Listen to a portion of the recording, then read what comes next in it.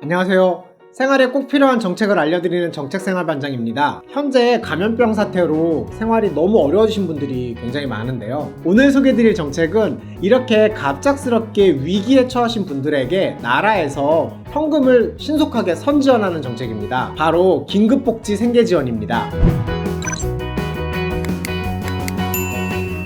먼저 어떤 분들이 이 긴급복지 생계지원을 받으실 수 있는지 그 지원 대상을 한번 알아보도록 할게요. 굉장히 대상이 많고 구체적인데요. 주요 대상을 좀 보면요. 중한 질병이나 부상을 당한 경우, 가구 구성원으로부터 가정폭력 또는 성폭력을 당한 경우, 부소득자 또는 부소득자의 실직으로 소득을 상실한 경우, 주소득자와 이혼한 경우, 이렇게 보면요. 질병, 가정폭력, 소득 상실로 위기에 처한 상황, 이런 경우면 해당이 되신다고 생각하시면 될 것 같아요. 그러니까 소득을 낼 수 없는 굉장히 힘든 상황이시다 하면은 먼저 콜센터로 상담을 요청해 보시는 것이 좋을 것 같습니다. 지금까지 이렇게 대상을 좀 살펴봤는데요. 굉장히 구체적이었죠. 그런데 이 대상에 해당이 되신다고 하더라도 모두에게 이렇게 지원을 해주진 않아요. 선정 기준이 있습니다. 기준은 이제 재산하고 소득 기준인데 한번 표를 보실게요. 먼저 소득 기준을 좀 보면요. 2020년 중위소득 75% 이하일 경우에 선정이 되실 수 있는 건데 이거를 조금 자세히 보면은 1인 가구 같은 경우에 이제 131만 7,895원, 한 131만 7천원 이하이시면 될 것 같고요. 그 다음에 4인 가족 356만 1,880원인데 그거보다 이하이시면은 이제 선정이 되신다고 생각하시면 될 것 같습니다. 다음으로는 재산 기준인데요. 대도시 같은 경우에 1억 8,800만원, 그리고 중소도시 같은 경우에 1억 1,800만원, 농어촌 같은 경우에는 1억 100만원. 이거 같은 경우에는 예를 들면 여러분들의 이제 뭐 보증금이라든가 집이라든가 토지라든가 이런 것들을 재산으로 잡고 있고요. 그리고 금융재산도 있어요. 500만원 이하일 경우에 지원을 하게 되는 건데 통장이라든가 주식, 금융기록 이런 것들을 확인을 해가지고 500만원 이하인 경우에 선정이 되실 수 있습니다.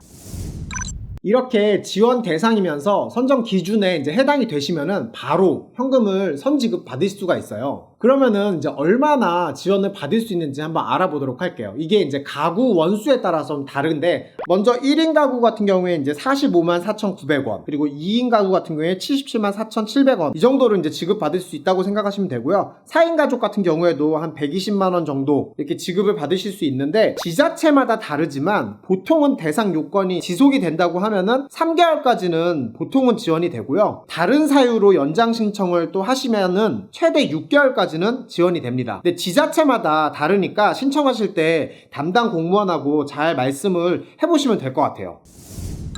신청 방법도 굉장히 간단해요. 주민센터로 일단 방문을 하시던가 아니면은 129번, 그러니까 보건복지부 콜센터인데요. 이쪽으로 전화하셔가지고 상담 신청하시면 됩니다.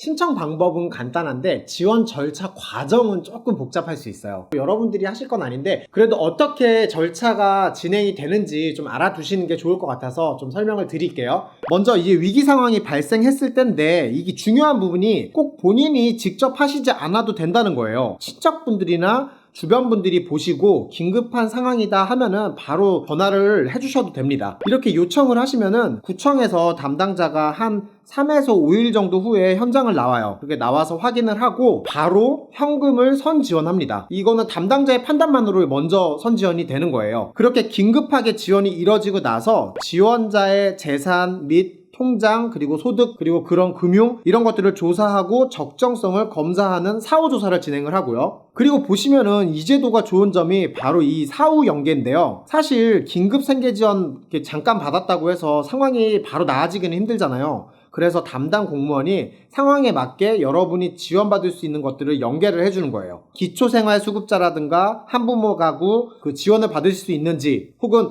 주거, 의료, 생계, 교육급여를 지원을 받을 수 있는지 이런 것들을 봐서 서비스를 연계를 해주는 거예요. 이렇게 끝까지 연계해주는 서비스는 진짜 꼭 필요한 것 같습니다.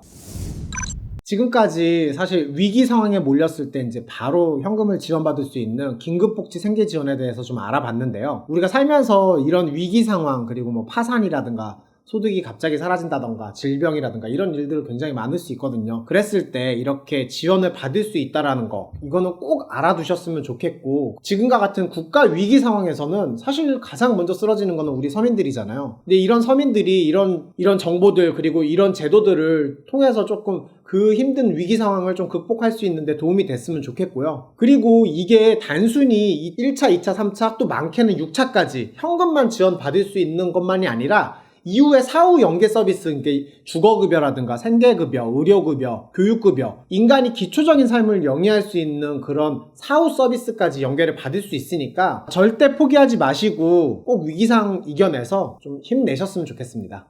감사합니다. Fingers down my side. Girl, you look